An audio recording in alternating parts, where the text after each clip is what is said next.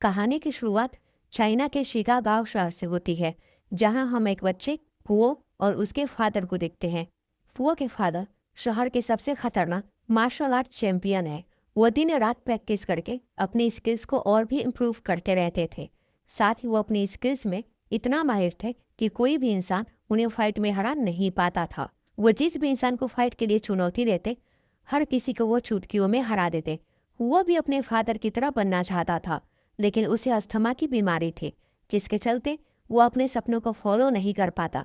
क्योंकि जितनी मेहनत उसके फादर करते हैं, अगर वही मेहनत वो भी करने लगे तो उसकी तबीयत बिगड़ सकती थी। तो इसी के चलते उसके फादर उसे कुंफू से दूर रखते थे। लेकिन वो अपने पिता की तरह एक महान फाइटर बनना चाहता था, क्योंकि उसके फादर ने मार्शल आर्ट के सारे चैंपियनशिप को जीत लिया था और उनके विनिंग डॉक्यूमेंट्स को वो देखकर काफी इंस्पायर होता था। इसलिए वो अपने फादर के मूव्स छुप छुप कर कॉपी किया करता था और इस तरह से वो थोड़ी थोड़ी ट्रेनिंग करता रहता था। एक दिन उनके शहर में एक फाइटर आया जो सीधा हुआ के फादर को चैलेंज देता है, क्योंकि हुआ के फादर उस समय चाइना के सबसे बेहतरीन फाइटर थे। लेकिन सामने वाला फाइटर भी अपने शहर का सबसे खतरनाक फाइटर था। हुआ के फादर भी इस चैलेंज को एक्सेप्ट कर लेते हैं और जब उन दोनों के बीच फाइट शुरू होती है तो वहाँ पे हुआ और शहर के खड़े सारे लोग को यही लग रहा होता है कि हुआ के फादर इस फाइट को आराम से जीत जाएंगे, और हो भी यही रहा था। उसके फादर अपनी फाइटिंग स्किल्स से आराम से सामने वाले फाइटर को बुरी तरह से हरा रहे थे और ये देखकर हुआ काफी खुश हो रहा था। लेकिन एक पॉइंट आया जब हुआ के फादर अपनी लास्ट मूव से फाइट जीतने ही वाले होते हैं कि अचानक से वो अपना वार रोक लेते हैं, क्योंकि उस अटैक से सामने वाले को काफी चोट आ सकती थी और शायद वो मारा भी जा सकता था। लेकिन इस बात का फायदा दूसरा फाइटर उठाता है और वो अचानक से हुआ के फादर पर अटैक करना शुरू करता है और लगातार वार करने से वो फाइटर उस मैच को जीत जाता है। हालांकि हुआ के फादर ने जानबूझकर उस फाइट को हारा था, जिसका रीजन हमें कहानी में आगे पता चलेगा। अब इस हार से वहाँ खड़े लोग और हुआ इससे खुश नहीं थे। साथ ही हुआ के फादर के शिष्य इस हार को लेकर बेहद दुखी थे, क्योंकि सबको पता था कि उस फाइटर ने चीटिंग से इस फाइट को जीता है। तब इस फाइट के खत्म होने के बाद उस फाइटर का बेटा भी हुआ को चैलेंज देता है कि जैसे मेरे फादर ने तुम्हारे फादर को हराया है, वैसे मैं भी तुमको हराऊंगा। तो सामने से मिल इस चैलेंज को देखने के बाद हुआ भी उस फाइटर के ओवर कॉन्फिडेंस वार्निंग को तोड़ना चाहता था, इसलिए वो उसके बेटे के चैलेंज को एक्सेप्ट कर लेता है। हालांकि हुआ का दोस्त उसे बार बार इस फाइट के लिए मना कर रहा था, लेकिन हुआ उसकी एक नहीं सुनता और ये उसकी एक बड़ी भूल थी। जहाँ फाइट के दौरान उसकी इतनी खास ट्रेनिंग नहीं हुई थी, जिससे कि वो उस फाइट को हार जाता है। अब हारने के बाद हुआ को खुद पे बहुत शर्मिंदगी महसूस हो रही थी कि मैं मेरी फैमिली के लिए कोई भी फाइट नहीं जीता, और ये शर्मिंदगी उसकी पूरी जिंदगी को बदल देने वाली थी। इसलिए वो कसम खाता है कि आज के बाद से वो कभी भी कोई फाइट नहीं हारेगा, और जिस भी दिन वो अपनी जिंदगी में फाइट हारेगा वो दिन उसका आखिरी दिन होगा। तो वो फैसला करता है कि अब से मैं खुद को अपने आप को ट्रेन करूंगा। खैर ये सुनकर उसका दोस्त तो हिल गया। फिर इसके बाद वो लाइब्रेरी से एक किताब निकालता है जिसमें मार्शल आर्ट के बहुत सारे स्किल्स के बारे में मेंशन किया गया था। लेकिन जब वो वापस अपने घर आया तो उसके फादर उसे लड़ाई करने के लिए बहुत डांटते हैं, लेकिन उसकी माँ आकर उसे बचाती है। हुआ के फादर उसे अगली बार से किसी भी लड़ाई में देखना नहीं चाहते थे, और यही बात उसकी मॉम भी उसे समझाती है कि तुम्हें लड़ाई वगैरह से दूर रहना चाहिए। लेकिन हुआ के मन में एक फाइटर बनने का जुनून सवार था। वो अपनी फैमिली के पीठ पीछे खुद को ट्रेनिंग देना शुरू करता है। वो अपने फ्रेंड से उस मार्शल आर्ट वाली किताब का ट्रांसलेशन करवाता है, क्योंकि हुआ को उस किताब वाली भाषा नहीं आती थी। उसका दोस्त जो स्टडीज में काफ़ी अच्छा था, उसने उस बुक को ट्रांसलेट कर हुआ के लिए एक नया बुक तैयार कर दिया, और फिर उस किताब में लिखी उन स्किल्स को परफॉर्म करके हुआ खुद की परफॉर्मेंस को बहुत ज़्यादा इंक्रीज करता है। अब अंदर ही अंदर हुआ को लग रहा था कि अब मैं आराम से किसी भी फाइटर को हरा सकता हूँ, यानी कि उसका कॉन्फिडेंस बढ़ गया था। इसलिए वो फिर से उसी बच्चे को चैलेंज देता है जिससे वो पिछली बार हार चुका था। अब क्योंकि हुआ अपने आप को काफ़ी अच्छे से प्रिपेयर कर लिया था, तो वो इस बार आसानी से उस फाइटर के बच्चे को हरा देता है।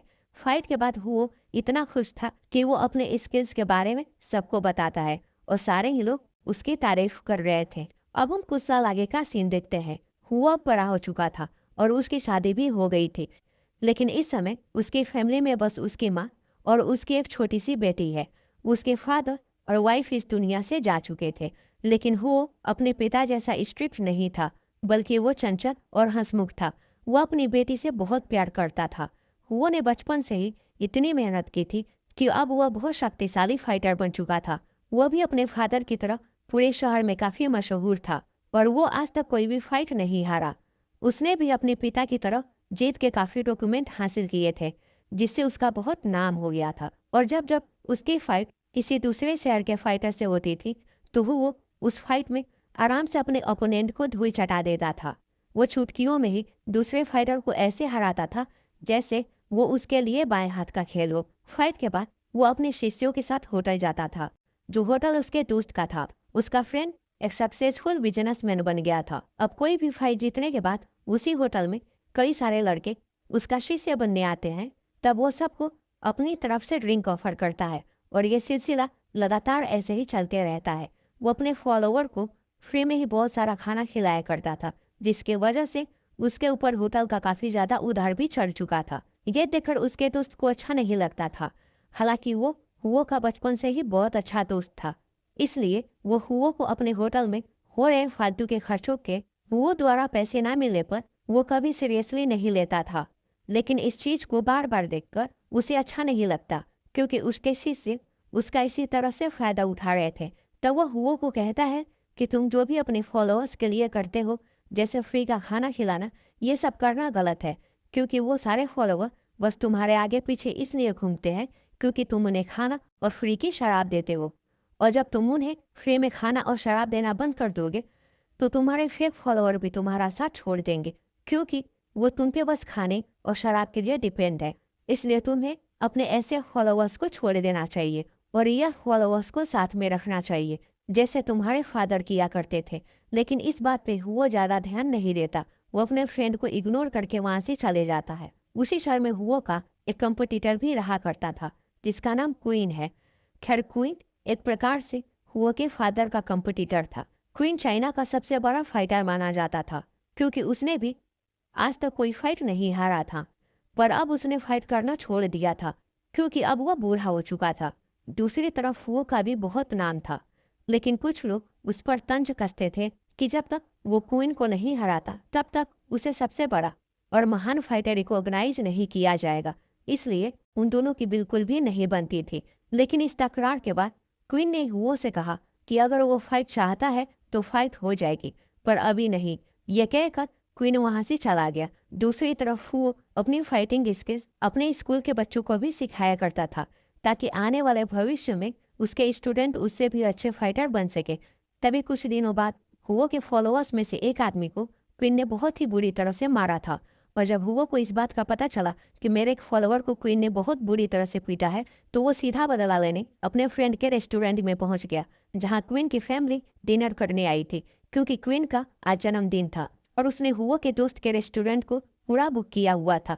अब वो सबके सामने ही क्वीन को फाइट की चुनौती देता है, लेकिन क्वीन वहाँ पे अपनी फैमिली के साथ टाइम स्पेंड करने आया था, इसलिए वो फाइट को एक्सेप्ट नहीं करता। हुओ का रेस्टोरेंट वाला दोस्त भी हुओ को समझाता है कि अगर तुम यहाँ फाइट करोगे तो रेस्टोरेंट को काफ़ी नुकसान झेलना पड़ सकता है, इसलिए तुम शांत होकर यहाँ से चले जाओ। लेकिन हुओ बहुत गुस्से में था और वह उल्टा अपने दोस्त को ही बुरा भला कह के अपनी बचपन की दोस्ती तोड़ने के मूड में आ चुका था। और इतना कुछ होने के बाद क्वीन भी हुओ से लड़ने का चैलेंज एक्सेप्ट कर लेता है और थोड़ी ही देर बाद रेस्टोरेंट के सारे लोग वहाँ से बाहर चले गए, जिसके बाद हुओ और क्वीन के बीच लड़ाई शुरू हो गई। दोनों ही अपनी स्किल्स में काफ़ी अच्छे थे, जहाँ दोनों एक दूसरे को बराबरी की टक्कर देते हैं। और बहुत देर तक फाइट करने के बाद जब हुओ और क्वीन में से कोई भी हार मानने को तैयार नहीं था, तो हुओ अपने गुस्से से कई सारे घातक वार क्वीन पर करता है और इसी गुस्से की वजह से वो खुद को काबू नहीं कर पाता और वो अपने एक आखिरी वार क्वीन की तरफ करता है, जिससे कि क्वीन की वहीं पर मौत हो जाती है।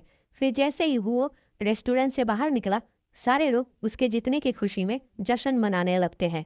लेकिन दूसरी ओर जब क्वीन के लोग क्वीन की डेड बॉडी को देखते हैं, तो वो इससे बिल्कुल भी खुश नहीं थे। उनके अंदर बदले की आग सुलग रही थी। और जब हुओ अपने घर आया तो वो देखता है कि उसके पूरे घर की लाइट्स ऑफ हैं। और जब वो अपनी बेटी और माँ को ढूंढता है तो उसे घर में उन दोनों की लाश दिखती है, जिससे हमें पता चलता है कि क्वीन के लोगों ने बदला लेने के लिए हुओ की पूरी फैमिली को मार दिया है। ये देखकर हुओ गुस्से में आ चुका था। वो अपनी फैमिली का बदला लेने क्वीन के सारे फॉलोअर्स को मारने के लिए निकल जाता है। पर रास्ते में उसे खुद के फॉलोअर मिलते हैं जो बताते हैं कि क्वीन ने उसके फॉलोअर को इसलिए मारा था क्योंकि वह क्वीन की वाइफ के साथ बदतमीजी कर रहा था और वह बिना वजह जाने ही क्वीन से लड़ने चला गया, जिसके कारण वो अपने फॉलोअर का भी साथ छोड़ दिया क्योंकि उसे अब लगने लगा था कि वह गलत लोगों को बढ़ावा दे रहा था, जिससे कि हुओ की जिंदगी में अब कोई भी उसका करीबी इंसान नहीं बचा। लेकिन फिर भी वह बदला लेने क्वीन के घर गया।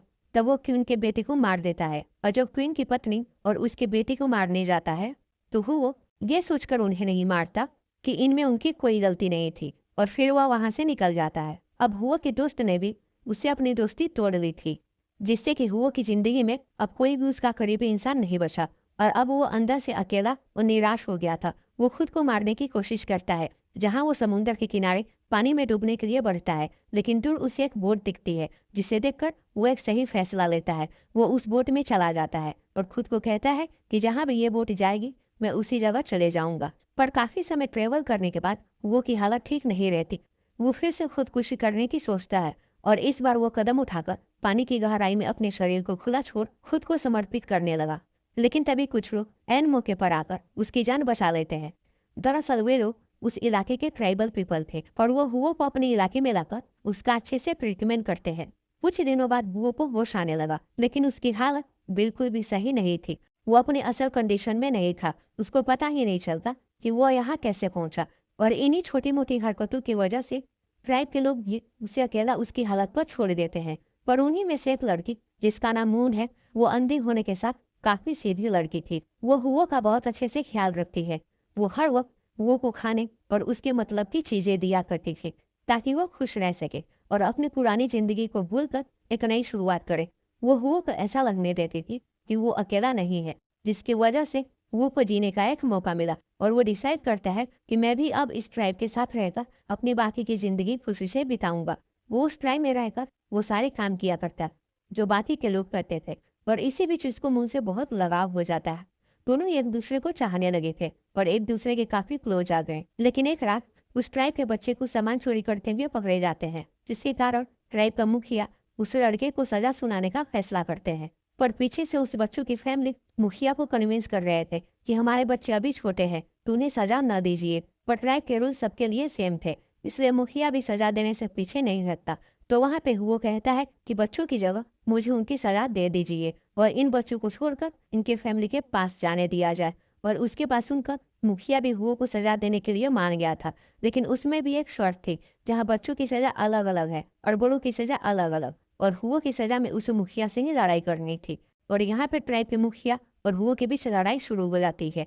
हुओ अपनी फाइटिंग स्किल में इतना माहिर था कि वो मुखिया के सारे अटैक को आसानी से डॉच कर पा रहा था। मुखिया का एक भी अटैक हुओ को असर नहीं करता, लेकिन लगातार वार करने से वो भी कमजोर पड़ रहा था क्योंकि उसने बहुत समय से कोई भी फाइट और प्रैक्टिस नहीं करी थी, जिससे कि बीच में मुखिया उस पर भारी पड़ गया। तो पीछे से ट्राइब के लोग वो को इनकरेज करते हैं कि वो भी मुखिया पर अटैक करे, वरना अगर वो बस डिफेंस करते रहेगा तो मुखिया के वार से वो काफी जख्मी हो सकता है। तो लोगों की बात मानकर वो भी मुखिया पर अटैक करना शुरू करता है, जिससे कि वो आसानी से ट्राइब के मुखिया को वहीं पर हरा देता है। ये देखकर खुद मुखिया हुओ को अप्रिसिएट करता है कि उसकी फाइटिंग स्किल्स बहुत अच्छी है। और यहाँ पे ट्राइब में किसी को भी हुओ के पास और उसके बीते लम्हों के बारे में नहीं पता था। सबको यही लगता था कि हुओ एक मामूली इंसान है और आज तक हुओ ने भी किसी को अपने अतीत के बारे में कुछ भी नहीं बताया था। थोड़े ही दिनों बाद उसको अपनी फैमिली और शहर की याद आती है और वो फैसला लेता है कि वो दोबारा अपने शहर जाकर अपनी फैमिली की कब्र को सम्मान देने जाएगा।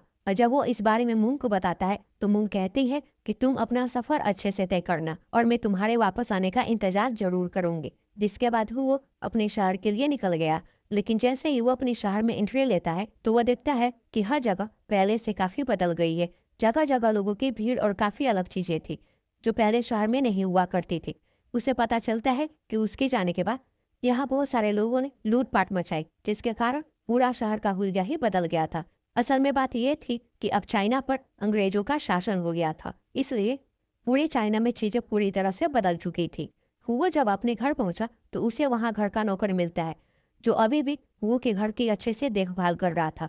हुओ को वापस शहर में दिखने के बाद उनके घर का नौकर भी काफी खुश हो गया, जिसके बाद वो अपनी फैमिली की कब्र देखने चले जाता है और वो वहाँ पर काफ़ी इमोशनल हो गया था। उसे अपने वो दिन याद आने लगे जब वो अपनी फैमिली के साथ रहता था। फिर इसके बाद वो अपनी करी कई सारी गलती का पछतावा करने के लिए क्वीन के घर चले गया, जहाँ वो क्वीन की वाइफ से माफ़ी मांगता है कि मेरी वजह से क्वीन इस दुनिया में नहीं रहा। और अब उसको इस बात का काफ़ी दुख हो रहा था कि गुस्से में आकर मैंने एक फाइटर को जिंदा मार दिया। फिर वो अपने उसी दोस्त से माफ़ी मांगता है जिसका एक होटल है। वो उसे समझाता है कि मैं अब पहले जैसे नहीं रहा, मैंने अपने अंदर बहुत सुधार किया है और मुझे अपने उन सभी कार्यों से नफरत होने लगी है जिससे मैंने लोगों को बस दुख ही दिए हैं।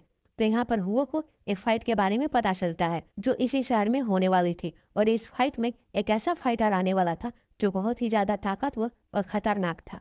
जब से हुओ शहर छोड़कर गया है तब से वो फाइटर इस इलाके के सारे शहर की फाइट को जीतते आ रहा है और इस फाइट के लिए उसका रेस्टोरेंट वाला दोस्त उसे कुछ पैसे देता है ताकि हुओ उस फाइट में हिस्सा लेकर उस खतरनाक फाइटर को हरा दे। और जिस दिन फाइट का दिन आया, हुआ वहाँ के एम्पायर को कहता है कि मैं यह फाइट आराम और सम्मान से लड़ूंगा ताकि मेरे अपोनेंट को कोई भी प्रॉब्लम ना हो। फिर जब उनकी फाइट शुरू होती है तो वहाँ पे हुआ थोड़ा बहुत कमजोर पड़ता है क्योंकि उसने बहुत समय से प्रैक्टिस नहीं किया था। दूसरा फाइटर उसे बस उठा उठा के रिंग में पटक रहा था, लेकिन जब हुआ अपनी फुल फॉर्म में आया तो वो अपने स्टिक्स के पेट्रो का यूज करके आसानी से अपोनेंट को हराने लगा। और एक बारी ऐसी आई जब उसका अपोनेंट पूरा हार ही गया था। पर फाइट के दौरान हुओ के एक अटैक से उसके दुश्मन की गर्दन एक नुकीली किल में लगने ही वाली थी, लेकिन हुआ उसे बचा लेता है। और सामने वाला फाइटर भी एक बहुत अच्छा इंसान था, इसलिए वो समझ गया कि वो पहले ही इस फाइट को हार चुका है तो वो अब चीटिंग से जीत नहीं सकता। इसलिए वो सबके सामने अपनी हार मान के हुओ को इस फाइट का चैंपियन घोषित करता है। जिसके बाद पूरे शहर में खबर उड़ जाती है तो हुओ वापस आ गया है और उसने आते ही शहर के सबसे ताकतवर फाइटर को धूल चटा दी। और यह खबर सीधा शहर के डिक्टेटर के पास भी पहुंच गई थी, जो कि अभी शहर पे अपना कंट्रोल जताते थे। उनको इस खबर से बिल्कुल भी खुशी नहीं होती कि हुओ ने उनके ही शहर के फाइटर को हराया है और वो नहीं चाहते थे कि हुओ जैसे और भी फाइटर उनके देश के फाइटर को हराए। इसलिए वो हुओ को छोटा और कमजोर दिखाने के लिए उसकी फाइट बहुत ही भयानक फाइटर से रख देते हैं ताकि इस बार हुओ को मौका ही ना मिले जीतने का और वह ये फाइट हार जाए ताकि फिर से डिक्टेटर के लोगों का दबदबा शहर में बने रहे। और जब फाइट का दिन आया तो वह फाइट थोड़ी ही एडवांस लेवल की थी, जहां पहले डिक्टेटर हुओ को 3 फाइटर से लड़वाता है ताकि उसकी एनर्जी खत्म हो जाए। पर हुओ कोई छोटा मोटा खिलाड़ी नहीं था, वो अपनी फुल पावर से उन तीनों ही फाइटर को आसानी से धूल चटा देता है। और जब उसकी फाइट सबसे खतरनाक फाइटर से पड़ी जिसके साथ डिक्टेटर ने उसकी फाइट रखी थी तो वह फाइटर बहुत ही अच्छा था, जहाँ वो हुओ को कहता है कि तुमने अभी अभी 3 फाइटर से फाइट की है तो तुम्हारी एनर्जी लूज हो गई होगी, तो मैं भी किन्हीं 3 फाइटर से फाइट करता हूँ ताकि मैं भी उसी एनर्जी के साथ तुमसे लड़ सकूं जिस एनर्जी के साथ तुम मुझसे लड़ोगे। और यहाँ पे अपने अपोनेंट की इतनी प्यारी बात सुनकर वो काफी हैरान रहा, पर तब भी वो कहता है कि मैं इस एनर्जी के साथ तुमसे लड़ सकता हूँ तो तुम्हें किसी भी फाइटर से लड़ने की जरूरत नहीं है। फिर दोनों ही फाइटर अपने अपने वेपन चूज करते हैं और जब उनकी फाइट शुरू होती है तो दोनों ही एक दूसरे को बराबरी की टक्कर दे रहे थे। वो अपने वेपन चलाने में इतने एक्सपर्ट थे कि वहाँ के सारे लोग उनकी फाइट को देखकर हैरान रहते हैं। दोनों ही फाइटर एक दूसरे की कमजोरी पर बार बार वार करते हैं, लेकिन कोई भी हारने का नाम नहीं ले रहा था। और एक वक्त ऐसा आया जब फाइट के बीच दोनों के हथियार एक दूसरे से एक्सचेंज हो जाते हैं, जहाँ हुओ उस फाइटर की तलवार को अच्छे से यूज और कंट्रोल कर पा रहा था, लेकिन दूसरी ओर वो फाइटर हुओ के हथियार को अच्छे से कंट्रोल नहीं कर पाता। ये देखकर वो लड़ाई को रोककर अपने अपने वेपन एक दूसरे को वापस करते हैं, जिसके बाद फिर से उन दोनों की फाइट होती है। लेकिन उसी समय पहला राउंड खत्म हो जाता है जिसमें कोई भी विनर निकल के नहीं आता। इसका मतलब ये राउंड ड्रॉ माना गया। लेकिन जब हुओ रेस्ट करने के लिए एक ड्रिंक पीता है तो उसमें डिक्टेटर के आदमी ने पहले से ही जहर मिला रखा था और इसका असर उसे दूसरे राउंड में हुआ। जब वो दूसरे राउंड में फाइट करता है तो अचानक बीच में ही उसे खून की उल्टियां होने लगी, जिसके कारण यह फाइट यहीं पे रुक जाती है। और दूसरा फाइटर समझ गया था कि हुओ को जानबूझकर मारने का प्लान बनाया गया है। इससे वो फाइटर खुश नहीं होता कि डिक्टेटर एक छोटी सी फाइट के लिए एक इतने अच्छे फाइटर के साथ ऐसी नीच हरकतें करे। हुओ को अभी सख्त मेडिकल ट्रीटमेंट की जरूरत थी, लेकिन वहाँ के लोग उसे बस थोड़ा बहुत रेस्ट करवाते हैं ताकि उसकी तबीयत ठीक हो जाए।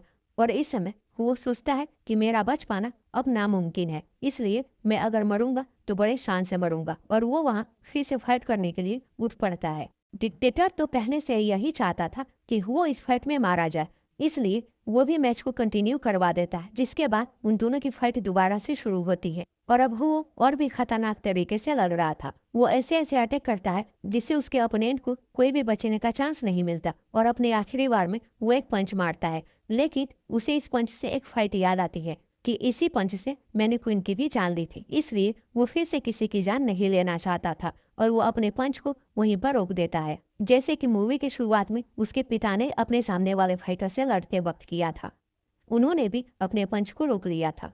अब सामने वाला फाइटर भी समझ गया था कि अगर ये पंच मुझे लग जाता तो मेरा बचपना नामुमकिन था, जिसके बाद वो वहीं पर हार मानकर हुओ को इस फाइट का विनर बनाता है। लेकिन उसी वक्त वो जमीन पर गिर पड़ता है। उसका मतलब ये था कि ये फाइट उसकी जिंदगी की आखिरी फाइट थी। अब हुओ के अपोनेंट को भी उसके लिए बहुत बुरा लगता है और वह सीधा डिक्टेटर के पास जाकर उसे भला बुरा कहने लगा, क्योंकि उसे भी हुओ के जाने का अफसोस था।